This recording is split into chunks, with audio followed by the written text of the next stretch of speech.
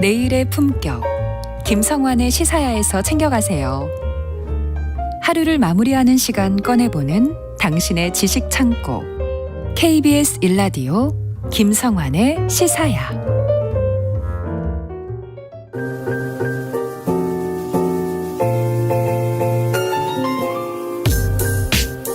흥미로운 미술 세계로 안내해드리는 시간이죠. 미술랭 가이드 오픈갤러리 홍지혜 디렉터와 함께하겠습니다. 안녕하세요. 네, 안녕하세요. 네, 오늘은 어떤 얘기 해주실 건가요? 진행자님 혹시 사과 좋아하실까요? 사과? 사과 좋아하죠. 아, 그러세요? 네. 오늘은 사과 이야기로 시작을 해볼 건데요. 네. 세상에는 인류의 역사를 바꾼 위대한 사과가 3개 있다고 해요.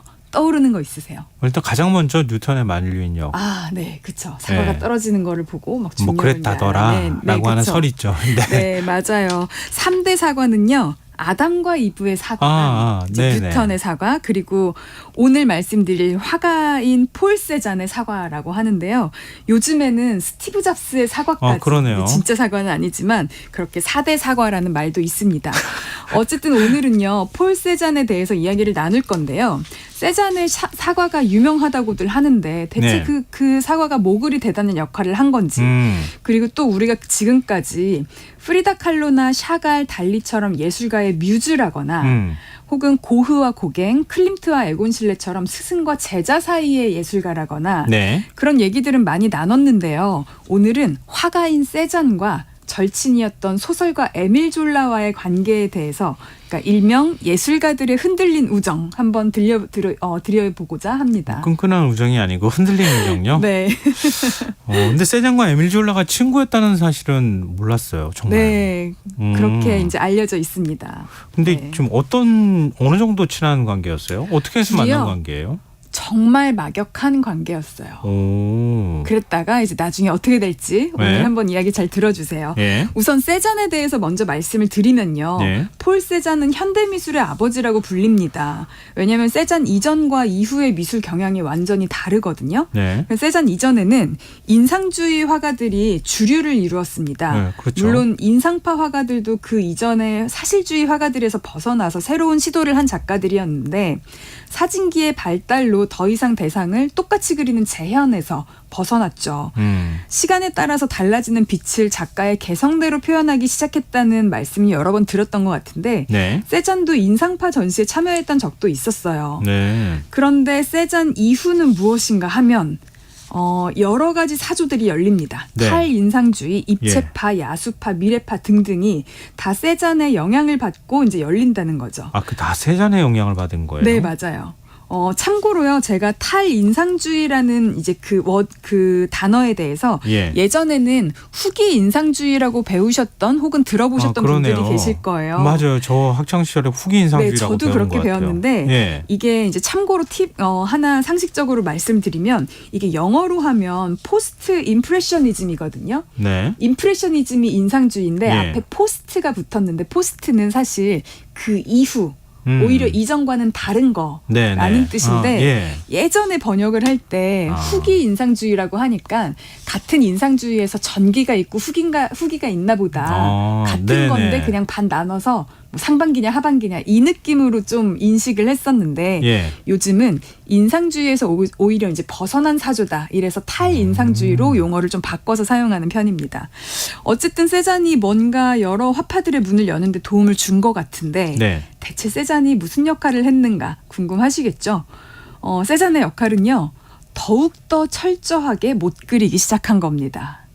의도적으로 못 그린다고요? 네. 무슨 만화도 아니고 네. 그 시절에 의도적으로 못 그리는 그림을 그렸다고요? 네, 맞아요. 인상주의도요, 사실 이전에 사진처럼 잘 그리던 사실주의 기법에서 벗어났다는 점에서는 못 그리기 시작한 거나 마찬가지긴 하거든요. 네. 근데 그들은 실은 잘 그리던 작가들이 빛을 포착하기 위해서 순간의 인상을 잡다 보니까 뭐 디테일한 묘사가 생략되면서 사진으로 그린 거나 그 이전에 막 디테일하게 묘사를 하고 이런 것보단 못 그렸네라는 평을 받았는데요. 뭐 인상파가들 점 이렇게 막 찍어가지고 그림을 만들잖아요. 아름답고 매력적이긴 하지만 과거에는 잘 그렸냐 못 그렸냐, 즉 현실에 있는 걸 사진처럼 재현해냈냐라는 관점에서 봤을 때는 사실 잘 그린 거는 아닌 거죠. 그렇죠. 똑같이 그리지는 않았으니까. 네, 맞아요. 근데 세잔은요, 사실 인상파에서 이제 활동을 할 때도 사실 재현 능력에 재능이 좀 없었어요. 세잔이 현대미술의 아버지가 된 데에는 사과가 있는 평범한 정물을 그리는데 어떤 사과는 위에서 본 대로 어떤 사과는 옆에서 혹은 아래에서 본 대로 한 화면에 여러 개의 시점을 좀 섞어서 그리게 되거든요. 네. 근데 이거를 다시점이라고 하는데 그러니까 여러 시점에서 본 모양을 드라마틱하게 섞은 나중에 이제 피카소 같은 큐비즘도 여기서 파생이 되는 거거든요. 그래서 입체파에 영향을 주는 거군요. 네. 근데요, 사실 이런 다시점은요, 생각해 보면 미술을 제대로 안 배운 아동들의 그림에 가장 잘 나타나요. 그래요? 그렇죠. 아이들이 잘 못 그리잖아요. 예, 잘 못 그리는 거 하고 네. 의도적으로 여러 가지 시점들을 같이 의도는 없죠. 그렇게 그린 거하고 네. 좀 다르잖아요. 네, 맞아요. 맞다. 아동들 그림을 보면은 약간 평면적인 느낌이 들면서. 네, 평면적인데 예를 들어서 얼굴을 그리더라도 눈은 앞에서 그리는데 코는 옆에서 본 것처럼 뾰족하게 그린단다. 이제 그러죠. 제가 그 실력인데 어떡하지? 네. 물론 말씀처럼 어린이들이 이제 미숙해서 그린 것과 세잔이 의도적으로 다시점을 그린 건 좀 다르기는 하지만요. 미술이 똑같은 점 하나를 찍어도 왜 찍었는가에 따라서 그 가치가 달라지잖아요. 세잔은 원래 대생을 그렇게 잘하는 작가는 아니었습니다. 다시점에 대한 연구를 하기 이전에 그러니까 의도 없이 그렸던 초기 정물을 보면요. 소위 잘 그리는 방식과는 많이 달라요. 마치 과학적 이해가 없는 사람처럼 물병을 그릴 때 물병의 상단은 이제 그 타원이 조금 더 납작하고 시각이 이제 내려가면 하단은 조금 더 둥글게 그려야 되는데 오히려 바닥을 평평하게 일자로 더 납작하게 그린다거나 테이블 라인의 소실점도 안 맞고요. 그때는 다시점을 의도한 게 아닐 때인데도 우리가 지금 알고 있는 명성과는 달리 사실 세잔은 금손이 아니라 곰손이었고 천재가 아니라 둔재였습니다. 그걸 좀 미리 이 방송을 들었더라면 저 세잔 그림 볼 기회가 있었거든요. 정말요? 그걸 좀 보면서 안타깝네요. 생각하면서 봤을 텐데. 네, 근데 이런 거는 아쉽네요. 뭐 이렇게 이미지 검색으로도 보실 수는 있으니까요. 근데 이제 가서 같이 보면서 이게 그런 거야. 그렇죠. 짚어가면서 왠지 보는 좀 잘난 척하고 싶어하는 마음이 맞아요. 생기잖아요. 네. 그럴 때는. 그런데 이런 작가가 어쩌다가 19세기 최고의 화가로 남게 되었는가?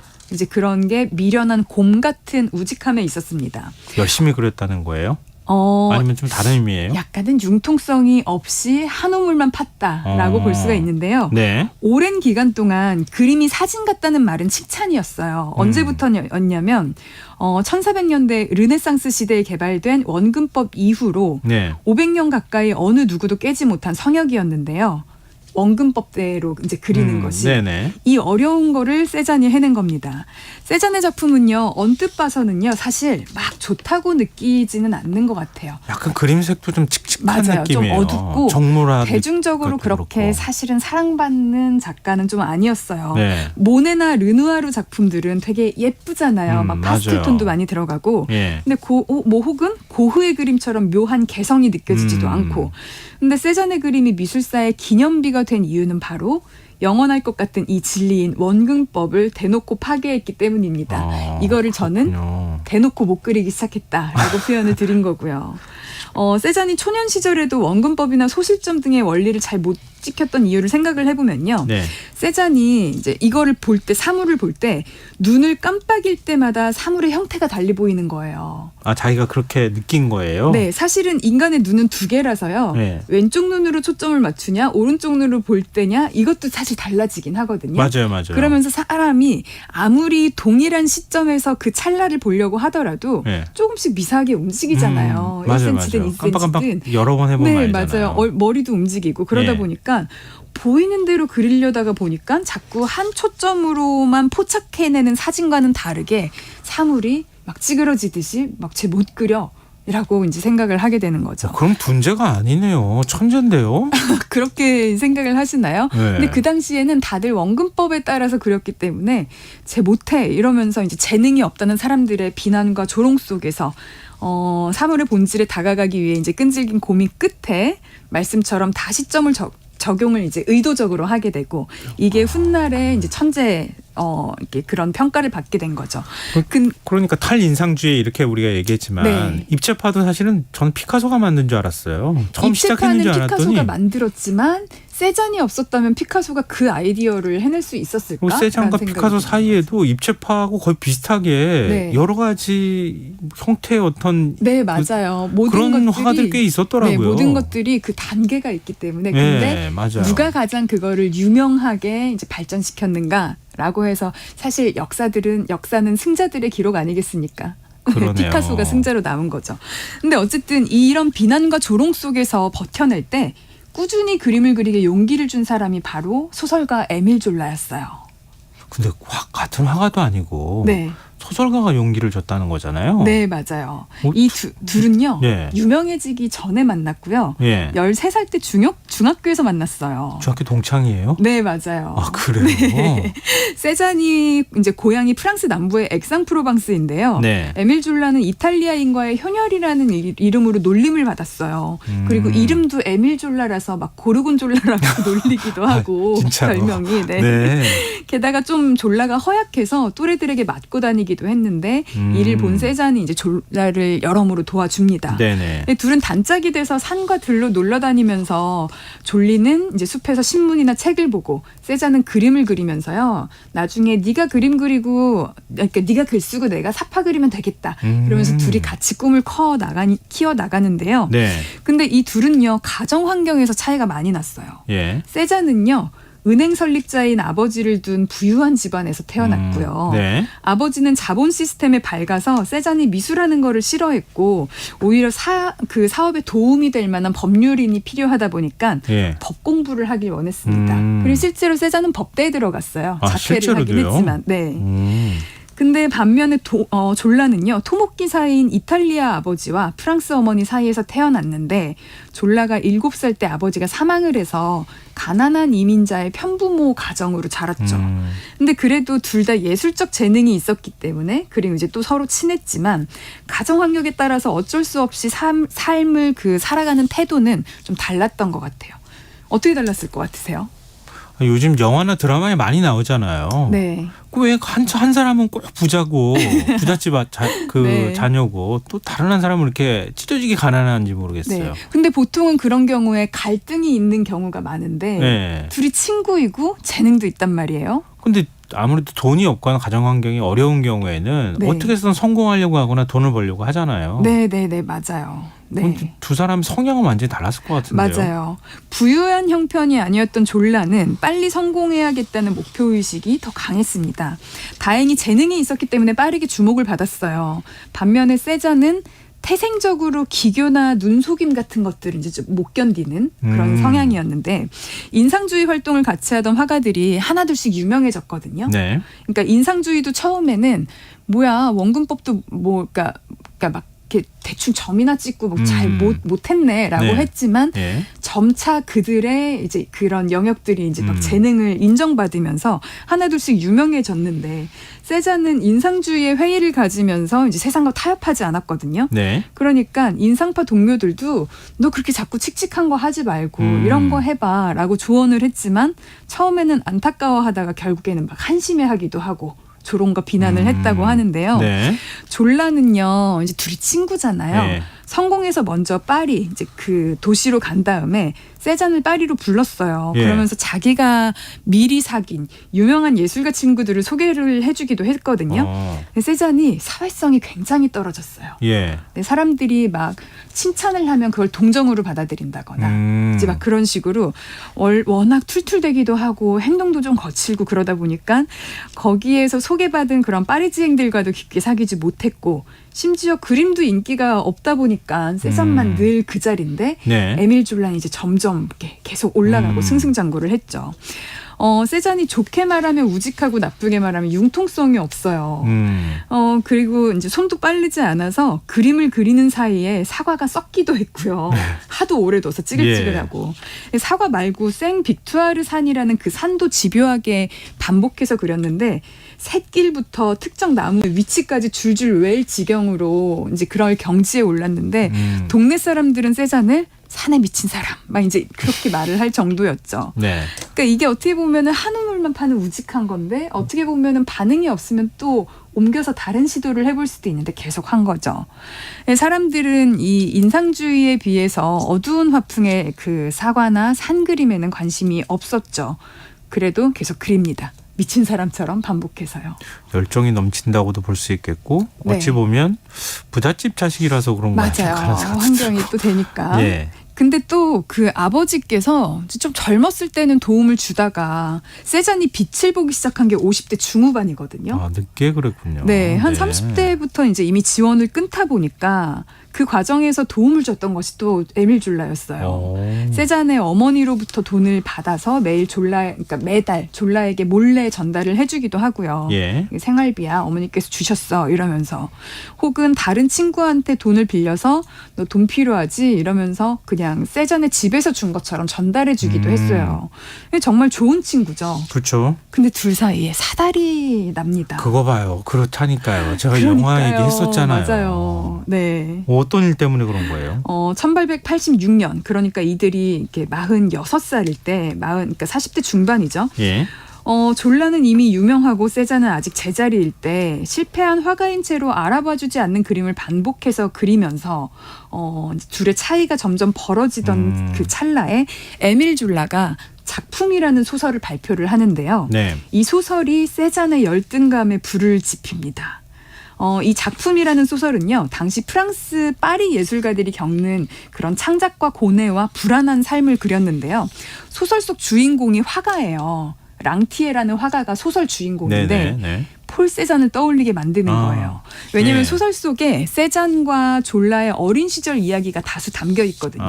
막 중학생이 된 단짝은 뭐 산책을 하다가 뭐가 어쩌고 저쩌고 화가와 작가가 나중에 뭐 예술과 문학에 대한 열정에 사로잡혔고 누가 봐도 졸라와 이제 그 폴 세잔의 이야기 같잖아요. 중간에도 그러니까 그 주인공이 집착하면 할수록 그림은 지리멸렬해졌다 이러면서 막 사람들이 보고 흉측해요, 초라하고 기괴해요, 막 이런 표현도 나오고요. 네. 더 큰 문제는요, 소설의 결말인데요. 화가인 주인공은 아들을 죽이고 아들 시체의 초상을 그리는가 하면 결국 본인도 비참하게 생을 마감을 하거든요. 네. 소설 속에서. 세잔은 이 글을 통해서 졸라가 자신을 실패한 예술가로 낙인 찍고 제대로 30년 지기 친구로부터 배신을 당하고 조롱당했다고 생각을 하죠. 세잔을 파리로 부르고 주변 인맥을 나눠주고 지원금도 전달해주고 혹은 세잔이 재능이 없다고 우울할 때 독려해줘서 붓을 꺾지 않게 했던 장본인인데 졸라는 도대체 왜 그랬을까요? 뭐랄까요, 세잔이 보기에 또 성공해가지고 지금 거만한 거 아니냐, 약간 콧대가 막 올라가고 거만하게 그렇게 생각한 거 아닐까도. 그거 아니고 오해를 하더라도 그렇게 생각했을 것도 같아요. 나한테 저주를 아예 퍼부어라. 뭐 그쵸, 이렇게 세잔은 그렇게 같고. 생각했을 거예요. 네. 졸라와 세잔이 둘이 나눈 대화가 뭐 공식적인 기록이 있는 건 아닌데요. 진실을 알 수는 없지만 그 영화 중에 나의 위대한 친구 세잔이라는 영화가 있어요. 세잔의 이야기인데 나의 친구니까 이제 에밀 졸라의 관점이 많이 들어갔겠죠. 여러 고증을 거쳐서 완성한 영화이기 때문에 이제 거기에 나온 장면들을 조금 차용을 해보면요. 세잔이 소설 발표 후에 화가 나서 졸라에게 페이지마다 내 죽음을 읽었고 너는 계속 나를 파묻었어. 나를 무력하게 만들었어. 라면서 화를 내는 장면이 있거든요. 거기서 졸라는 이렇게 말을 합니다. 소설 속 주인공 랑티에르는 이상주의자이고 오히려 진정한 예술가야, 무력한 게 아니라 졸라 자신은 소설을 쓰면서 먹고 살기 위해서 계속해서 생기 없는 글을 쓰고 아까 이제 그 성공해야 된다는 그런 가난에서 온 목표 의식이 있잖아요. 그러면서 더 자극적이고 잘 팔릴 글을 이제 쓰게 되는데 그것과는 달리 소설 속 화가는 예술과 인생에 대한 위선을 거부했기 때문에 그래서 목숨을 끊은 거고 나는 메마르고 저속하고 허풍스럽게 변해가는데 끝까지 타협하지 않은 주인공이 오히려 예술적 영웅이다. 라고 얘기를 하거든요. 어떠세요? 좀 이해가는 부분이 있나요? 그렇게 설명하면은 글쎄요, 세잔 입장에서 당신 같으면 그렇게 얘기하겠네요. 이렇게 얘기할 것 같은데 또 오히려 더 기분 나빠하지 않았을까 싶은데요. 근데 만약에 세잔이 이미 성공을 했을 때 그런 소설을 썼다면 그러면은 괜찮을 수도 그냥 껄껄 웃으면서 그땐 그랬지 하면서 맞아 막 이제 이러면서 재밌게 소설 속 주인공으로만 볼 수도 있었을 텐데요. 사실 에밀 졸라가 그랬어요. 내가 이 소설을 쓰려고 꽤나 오래 기다렸어. 옛날에 머릿속에 있었는데 라고 했어요. 그러니까 세잔은 뭐야 그러면은 결국에 내가 지금 성공 못 해가지고 더 이상 기다릴 수가 없으니까 지금 낸 거야? 뭐 이러면서 더 열등감이 증폭이 되는데요. 네. 세잔은 이 일을 계기로 에밀 졸라와의 30년 우정을 끝냅니다. 근데 둘은 만약에 세잔도 아까 50대 성공했다고 말씀하셨잖아요. 맞아요. 그때 가서 다 성공하고 난 다음에 다시 또 친해지는 거 아니에요? 실제로 그 이제 9년 뒤에 미술상에 의해서 세잔이 이제 첫 번째 개인전을 열게 되고요. 네. 그걸 보고 원래 이제 인상주의는 더 이상 발전이 없어 이랬던 젊은 작가들이 막 와 대단해 이러면서 피카소도 사실 피카소는 어려서부터 되게 스포트라이트를 많이 받아서 약간은 거만했거든요. 굉장히 그림 잘 그렸어요. 네, 맞아요. 그림도 잘 그리고 막 이렇게 수완도 좋고 말도 잘하고. 근데 피카소가 유일하게 고개를 숙인 화가가 바로 세잔입니다. 아까 이제 말씀드렸듯이 큐비즘의 영향을 받았다 그랬잖아요. 피카소가 나의 유일한 스승은 세잔이다 라면서 이제 세잔을 칭송을 했는데 이렇게 버티고 이제 세잔이 50대 중반에 빛을 본 건데 말씀처럼 관계가 달라지진 않았어요. 왜냐하면 세잔이요. 한 번 마음을 먹으면 생각을 잘 안 바꾸는 사람이잖아요. 우직하다고 아까 그랬죠. 이제 좋게 말하면 우직하고 어찌 말하면 융통성이 없는데 안타깝게도 졸라와는 절교하고 죽을 때까지 보지 않았다고 해요. 이제 그러다가 1902년에 이제 60대에 졸라가 먼저 죽게 되는데요. 근데 그러고 세잔이 몇 날 며칠을 슬퍼했다고는 합니다. 너무 안타깝죠. 뒤늦게 후회한 거네요. 그러니까요. 살아있을 때 이제 그런 이야기들, 마음 전하는 것들 후회하지 말고 많이 해야 될 것 같다는 생각을 좀 해봤습니다. 근데 예술가들의 이야기는요. 들으면 들을수록 재밌어요. 그러니까요. 그러니까 한 사람의 인생이 이렇게 드라마틱할 수 있구나 이런 생각들을 하게 되는 것 같아요. 작품 이외의 그런 비하인드 스토리들. 그렇죠? 그리고 폴 세잔에 대해서도 다시 한번 생각하게 되는 계기가 됐고요. 다음번에 그림 보면 다시 오늘 설명하신 거 떠올리면서 또다시 새로운 관점에서 감상을 해야 되겠다는 생각이 드네요. 자, 오늘 미슐랭 가이드 오픈 갤러리 홍지혜 디렉터와 함께했습니다. 고맙습니다. 네, 감사합니다. 김성환의 시사야 오늘 순서 여기서 마칩니다. 모바일 쿠폰 당첨자는 홈페이지 공지사항에서 확인하실 수 있습니다. 편안한 밤 되시고요. 전 내일 다시 찾아뵙겠습니다. 지금까지 시사평론가 김성환이었습니다. 고맙습니다.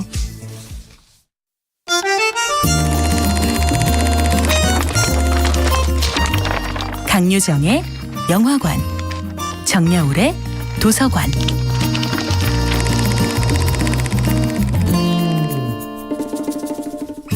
안녕하세요. 여러분과 아름답고 풍요로운 책 이야기를 나누고 있는 작가 정여울입니다. 오늘 함께할 작품은 스티븐 킹의 유혹하는 글쓰기입니다.